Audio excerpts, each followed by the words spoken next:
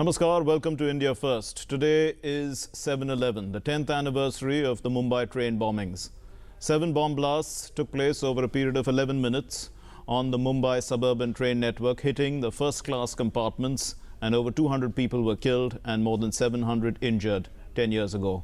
Now, Mumbai has been the place of many attacks before and since 7/11, and more recently, Mumbai is again in the news for being the home of the controversial tele-evangelist Dr. Zakir Naik, whom many terrorists and terror suspects have followed keenly and even been inspired by. Most recently, the Bangladesh terrorists, and reports also suggest that converts to the faith and other adherents under Naik are showing allegiance to Islamic State. The regrouping of splinter groups under the banner of Islamic State and the wide social media coverage causing radicalized youth to launch lone wolf and other attacks has become the manner in which terrorism has metamorphosized. And Prime Minister Narendra Modi, both in Nairobi yesterday and today at the joint press conference, described terrorism and global warming as the major challenges that the world faces that need urgent mitigation. President and I recognize that terrorism and the rapid spread of radical ideologies pose a common challenge to our people, our countries, to the region, and to the whole world. We have agreed to deepen our security partnership, including in the fields of cybersecurity, combating drugs and narcotics, and human trafficking. Well, to discuss how international terrorism has emerged, we are joined in the studio by Mr. Arasan Singh, a strategic affairs expert and former RAW officer, and Mr. Vivek Katju, former Secretary, Ministry of External Affairs, and a well-known strategic affairs analyst. Thank you, gentlemen. We'll start with you, Mr. Arasan Singh. IS is not new. It's not even a military, and it cannot stand up against any army. But still, it's managing to spread an ideology which is causing attacks across the world. How is this happening? Yeah, you are absolutely right. When you take into account, these explosions in Malaysia, or say in Philippines and Indonesia, and in Dhaka. Right. One thing is very clear that you mentioned about lone wolves. Though they don't have the same level of expertise or access to resources. Sure. So they in that sense they are lone wolves, and that is why today I read that in Dhaka they had only one AK-47, even for where they tried to get themselves photographed. So that one AK-47 was the same AK-47 was circulated. So therefore it is not. You are absolutely right that it is not the idea. Sure. This is not the physical aspect of it is which is more dangerous, but the ideology is very Sure. very, I would say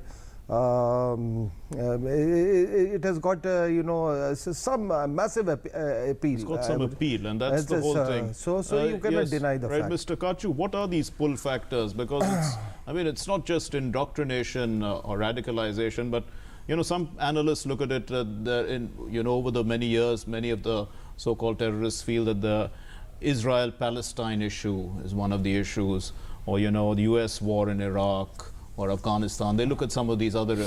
How much politics is involved in this? No, I think there are political factors. Certainly, the Palestinian cause was at a particular point of time a source of great anger and rage throughout the Arab world. But that was not a theological reason. Sure. That was a nationalist cause. It stemmed from Arab nationalism. Now, over the last 4 decades or so, the word radicalization that we use now has to be, I think, placed in a certain context. Islam has many mazhabs. It has many schools of thought. It has many approaches. Some which are quietist traditions, we call them Sufis, for example. There are some, however, that are extremely extremely orthodox, puritanical. Sure. And from them there has been this offshoot of violence. Violence to combat rage. And it is my feeling that there are many in the Arab Peninsula where these ideologies were inherent to a certain extent, puritanical ideologies, that from there, starting say from 1978-79, backed by financial clout, they have spread, obliterating in many ways the classical Islamic theologies Sure. which were present in many other countries. Okay. For example, in India too, there has been in Pakistan more than India, there has been a certain replacement of the traditional theological aspects by these sharper ideologies that have come. Sure. In Malaysia, Yes. in Bangladesh, in other parts of the Arab world too. And Yes. that is now a radicalization. And one last sentence, it's become a very complex brew of political factors, of rage because of marginalization, of rage because of a lack of ability to adapt to modernity, Right. which is giving rise to violence. Right. And the Prime Minister is absolutely right when he says that terrorist violence is a major, universal and global challenge of our times. Right. Mr. Harsan Singh, Mr. Karchu raises the point of rage and a complex brew. Now, when we look at, let's say, what is happening on social media, how is this, acting as a sort of a panacea in a sense? Because people take clips and, and they send it all over the place, and then that acts to support a certain ideology, a certain viewpoint. Then you have debates which are built up around it, and there's not enough of a counter voice that is coming in to dispel that. To begin... The social media aspect. Yeah. Karju Saab hit the nail on its head. He's absolutely right. And the tragedy is that there is so-called jihadis. The Muslims are slaughtering Muslims. And, if you allow me, there is a Shair from Bhopal who has, he said that एक लम्हा तो मिले अमनो सुकून का ए रब जिंदगी आलम इस्लाम हुई जाती है. That there is no tranquility in my life. My world has begun to resemble the world of Islam. Now he is absolutely right. This Wahhabi strand of Islam, it got a huge impetus once the petrodollars came in the late 70s. Okay. And then, if I may, analyze for you, there were three streams of these Wahhabi Islam. One was the purist strand. Okay. The other was activist strand, and the third was jihadi strand. Sure. Now, what you saw during the Arab Spring, the activist strand was trying to regain strength, but the purist strand does not believe in this kind of activism and democracy. They say that democracy and activism, they are divisive. So as what has happened is that Morsi collapsed, all these regimes collapsed in. Yes. So therefore making the way for jihadis in a big way. Now mark my words, if Taliban is not accommodated politically in Afghanistan, they will also lapse to this IS kind of jihadism, and I feel they may just lock, stock and barrel, they may join the Islamic State. Okay. So that is the reason in brief I have given you. Then this Salafism has got we should not think in terms of national frontiers, because the jihadis don't think like that. The arteries run in Afghanistan, Pakistan and India. Okay. And what he said, absolutely correct. It's a menace in India which has been growing. They have been funding political parties, the Wahhabi stream. It is not incidental that your leaders, when they go for iftar parties, they wear that Arab chadar. There is a message in that, because they have been politically funded by these fellows.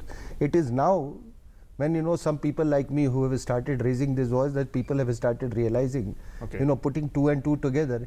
It is also not incidental that one political leader was taking around Osama bin look-alike during his election, because our people some of our politicians have been giving impetus to this Wahhabi strand of Islam, and the whole religious landscape of, at least I know, at least about UP and Bihar has changed. Well, Mr. Kachu, why does this kind of radicalism appeal to the young, educated youth? Is there some perception of injustice that is deep down? Because, and which politics is taking advantage of, in a sense, because the number of the followers of IS are all educated young men. I mean, they have degrees, and some of them are highly educated. Again, I think it's a complex mix of factors. Partly individual, maladjusted individuals who find it difficult to cope with the kind of modern society that they are living in. Partly it is political, a sense of great injustice. Okay. For example, and I have no reluctance in saying this, that one can almost trace the beginnings of the IS to that disastrous decision to invade Iraq in 2003. Okay. Because that set off a train of events. Okay. Especially if you now see Right. that there's conclusive evidence to show that the entire premise on which Iraq was invaded was absolutely false. So that too is there.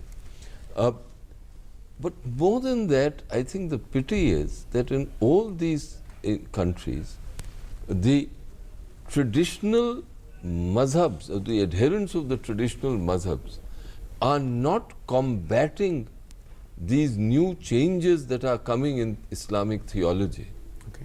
as strongly and as effectively as they should, because Islam, like many other religions, is as the very word denotes, a religion which is dedicated, and the principal adherents of this faith, this great faith, say that it is dedicated to peace. Absolutely. So violence has no place in this. Sure. But all this, the radical or the puritanical ideological streams and their manifestation in violence Sure.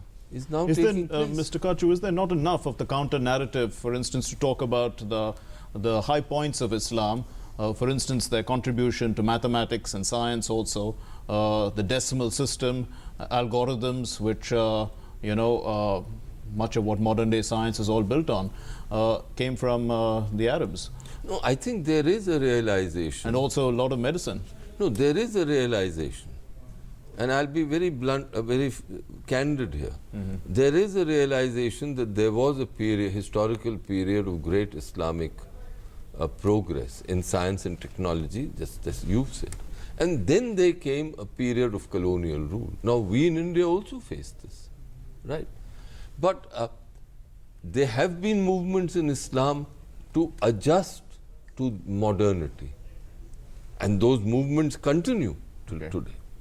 But there is also side by side now this new, well, I won't say very new, it goes back at least 4 to 5 decades, Okay. of a closing in that the only way for the Islamic world to succeed in this very fast changing technological milieu is to withdraw and go back to the puritanical tenets of old. Now, I think most thinking Muslims do not agree with this. They repudiate it. But somehow, because of a variety of factors, the combating, to my mind, is not strong enough. So, Mr. Harrison Singh, if we have to develop a solid counter-insurgency or counter-terrorist strategy, backing our security forces, how important is that, and where should it stand? That they play an important role, first of all, in dealing with terrorism, pulling it out, and at all levels, right from the policeman to the armed forces. how important is it to back the security forces? No, I mean, of course, I mean, the collective will of the nation is there, I suppose. But more important, again, I'll emphasize on the ideological aspect. And remember, we have the second largest Muslim population in the world. And I may also emphasize that Islam is not a monolith. Yes. Yeah, We've discussed that. We've said that there are so many different forms. Yeah. Different forms. And let me also tell you that till today, a Shia suicide bomber has not been created. So therefore, our interaction during the starting on 11th century onwards, Yes. 12th century onwards, with Islam has been of the Persian variety.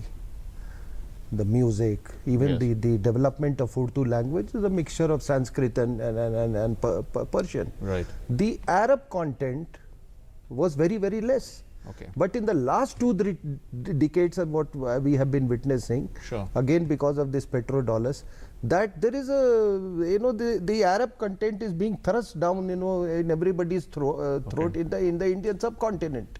So therefore, if you ask me for a solution, Okay. we have to build a Indian national narrative on the basis of, they being Indian Muslims. Okay. Remember, Sure, I agree with you. remember there are remember 85% of Muslims in India, they are converts. And I was reading Mr. Ras Gotra's book. He said, as a student, somebody asked him, about this idea of Pakistan, and he said, such a stupid idea. He said, how can converts ask for a separate nation? Okay. So Right. therefore, we have to emphasize on the Indian brand of Islam. And if there can be Saudi brand, if there can be Iranian brand, there can be Indian brand also. Because But I come back to the point about the security forces, because let's look at, one has to deal with them with force also.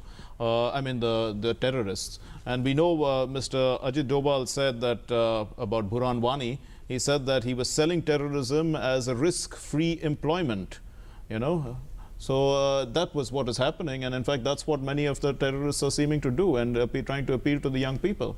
No, the Burhan, symbolizes online jihad. And as far as security forces are concerned, I mean, that has to be dealt at a, at a physical level. And of course, I mean, we require not, we require 24/7 vigilance. Okay, I don't Yes. This kind of a threat. And therefore, no politics should be played, no favorites here and there. And please, for God's sake, at this point of time when you are trying to make a national resolve, do not bring in voices, which dilute the resolve of the nation. Okay. Because at the moment, I am telling you, the way India has been handling the problem, and it's exemplary. Just take a view of the entire subcontinent of the world. We haven't reacted like the French have done, or others have done. Sure. Mr. Karju, the use of force, to what extent? I mean, we know that in dealing with IS, there have been aerial attacks, largely not too many ground attacks. There have been support for the near enemy there, like the Kurds, some of the groups that have been hit by IS. What would you look at a solid approach to try and deal with international terrorism at their sources, like, let's say, IS? Look, I think what the Prime Minister said, that there has to be international cooperation to deal with international terrorism, is absolutely valid. Unfortunately, till now, there have been segmented approaches. There's no definition of terrorism, apparently. Exactly. I mean, even the CCIT has not gone through for 20 years now. And that itself establishes this segmented approaches. That if one group is targeting me, then I'm concerned with that group, not with the others. And the Prime Minister is right when he says that this approach can't work. Now, as far as dealing with say, the Islamic State is concerned, obviously all instruments available to the international community, whether they be force, military force, financial staunching of their resources, ideology, because the use of social media, everything has to be combated. Similarly, in India, I feel that when our security forces are faced with a terrorist challenge, obviously the nation has to be fully in support of the security forces. And I think the security forces too are careful in the use of force, Right. because force has to be used, but has to be used, if you permit me to say, like a rapier. Okay. It has to be pinpointed. And to the best of the ability of the force, Right. collateral damage has to be avoided. And I do think that our forces are conscious of this. Sure. Mr. Harrison Singh, how important is it also for each individual to be alert? Because, I mean, terrorism is not some threat that, you know, is some conventional warfare. It's going to hit anyone at any time.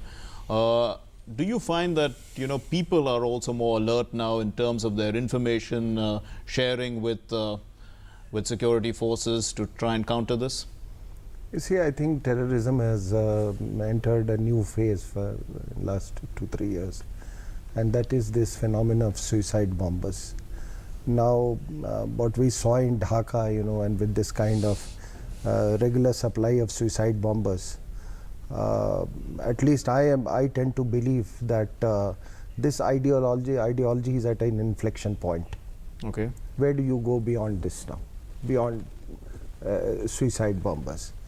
Now our friend Pakistan, you know, they have been, the Pakistan army has been very clever. It doesn't want to fight India. As long as, you know, these jihadi tanzeems keep producing, you know, suicide bombers and keep them pushing. It's a totally a new kind of warfare. But what makes the task of the security forces very difficult, that a suicide bomber, he wants to you know, destroy himself, but he will take some casualties. Okay. In the process. So that is a very, very big challenge, let me tell you, very big challenge. And our people are sensitized, but you know, a Dhaka type attack. Sure. It requires, I mean, the role of the intelligence agencies is will be very, very precarious Okay. in such operations. Right. Final words from you, Mr. Karchu. Well, this phenomenon of suicide bombing, a person, I mean, most of the jihadists are just willing to give up their lives. But of course, suicide bombing is the new method, and they seem to be producing them. Every one of them is willing to die like that. You now, know, that's a bit of a concern, isn't it? Of course it's a concern, and it's completely un-Islamic. In Okay. Islam, the idea of a suicide bomber killing himself, death by fire, if I'm correct, I'm not a Muslim, I must, Sure. but my own understanding is that it is abhorrent. Now, what has happened over the past many decades is that some Islamic theology scholars, Sure. theologians, are sort of giving this their blessing, and that is absolutely wrong. Right. It's against the very tenets of this religion, but Right. of Islam. But I think we are going to we will have to live with this phenomena, because they are young minds. Right. If you see suicide bombers, you see their age, they are all young, they are indoctrinated. And now, as we see that indoctrination is not limited only to the poor, but Right. also to the affluent. Sure. We leave it there. Thank you very much, gentlemen, for joining us here on India First. Well, across the world, we are seeing attacks that stem from radicalization.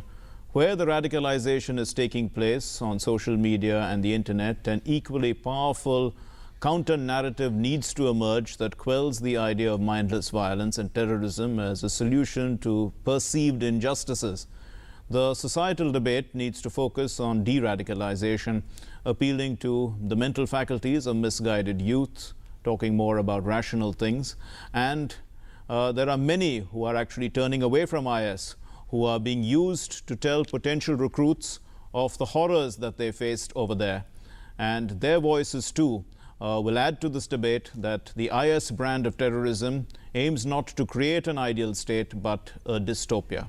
Thanks very much for watching. Namaskar.